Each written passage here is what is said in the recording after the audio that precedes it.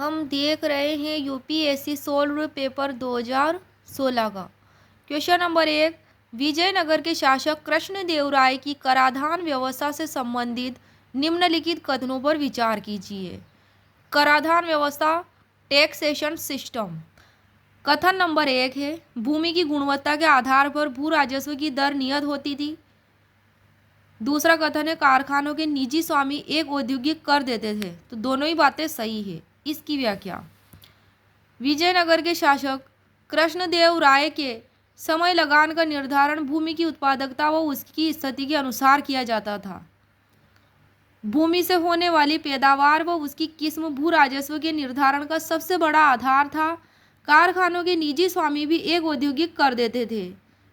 कृष्णदेव राय तुलु वंश का महान शासक था। कौन से वंश का था?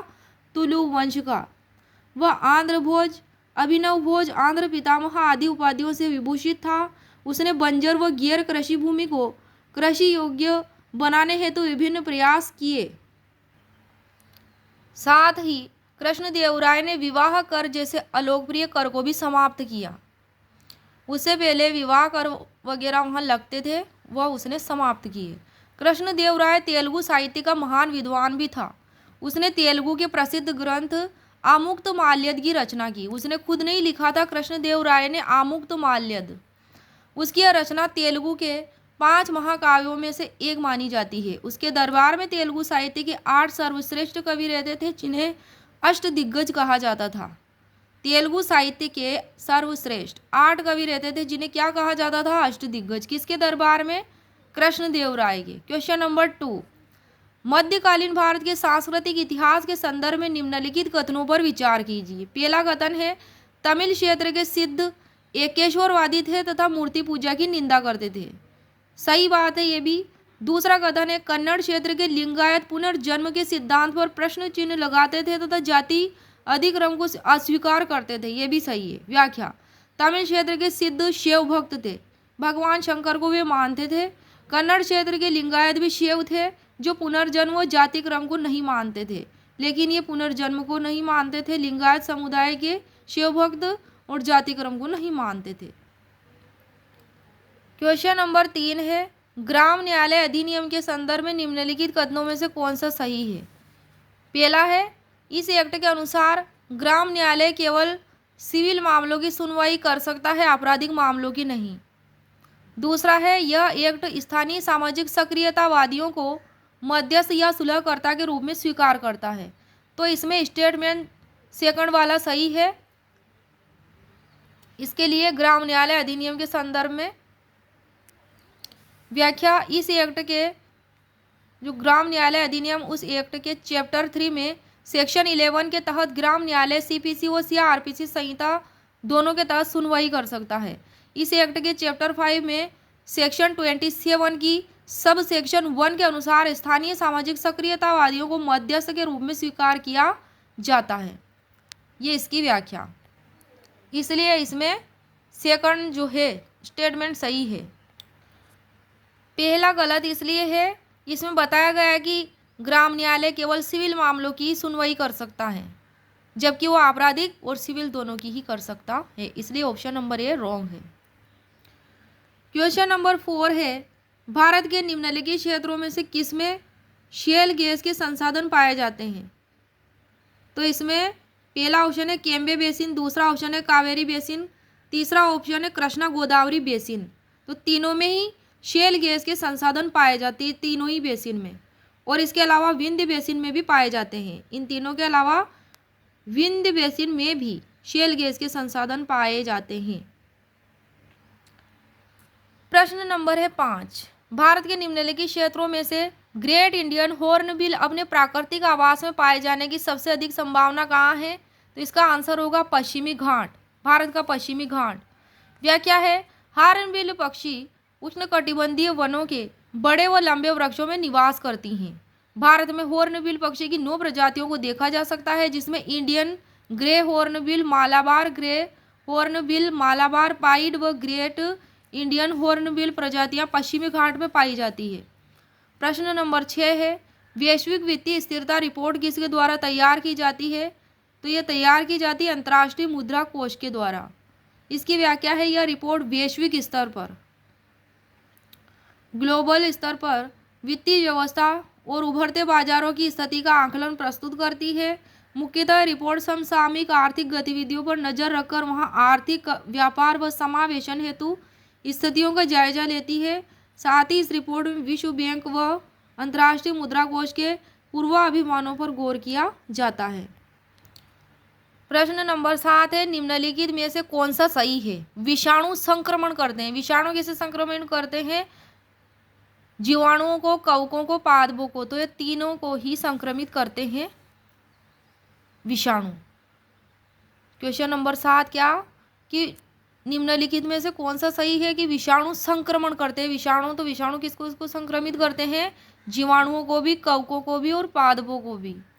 प्रश्न नंबर 8 है, स्वदेशी व बहिष्कार पहली बार किस घटना के दौरान संघर्ष की विधि के रूप में अपनाए गए थे? कौन कौन से शब्द स्वदेशी और बहिष्कार?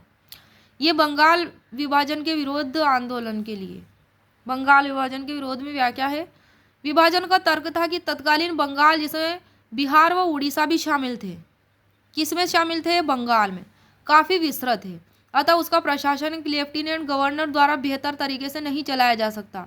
किंतु वास्तविक कारण प्रशासन नहीं अपितु राजनीतिक था। अतः करजन के बंगाल विभाजन के विरोध में स्वदेशी और बहिष्कार आंदोलन का सूत्रपात हुआ। बंगाल को करजन द्वारा 2 भागों में, पूर्वी बंगाल और पश्चिमी बंगाल में बांट दिया गया था।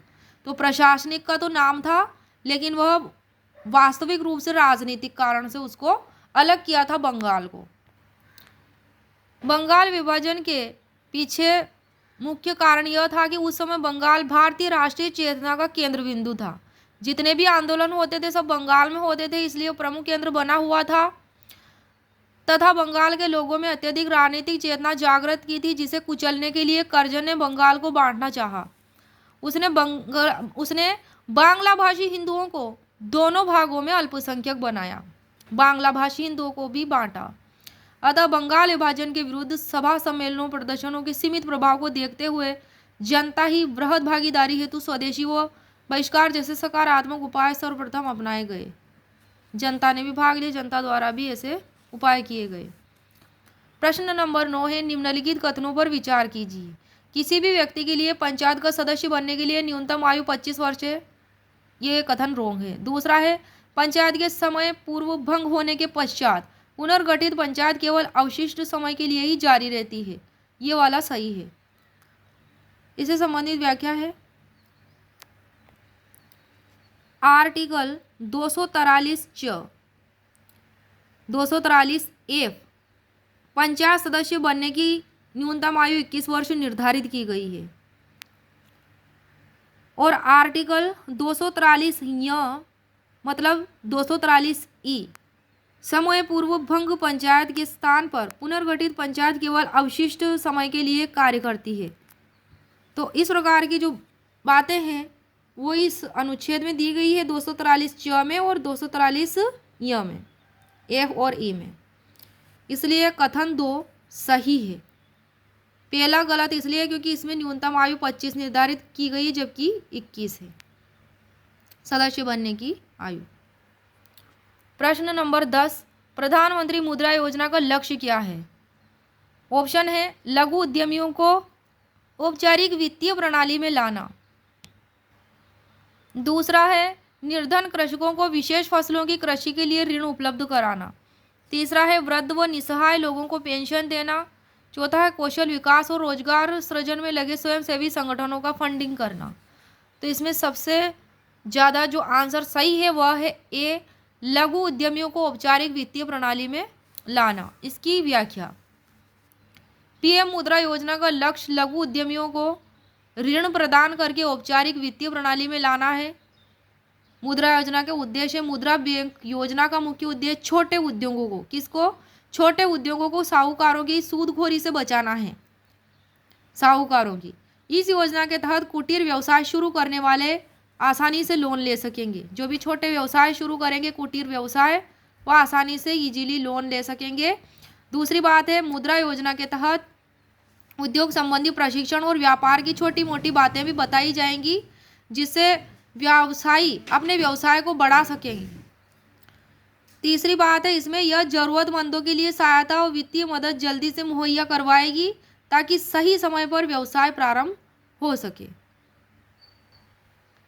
इसलिए इसमें एक ही ऑप्शन सही है, लघु उद्यमियों को औपचारिक वित्तीय प्रणाली में लाना।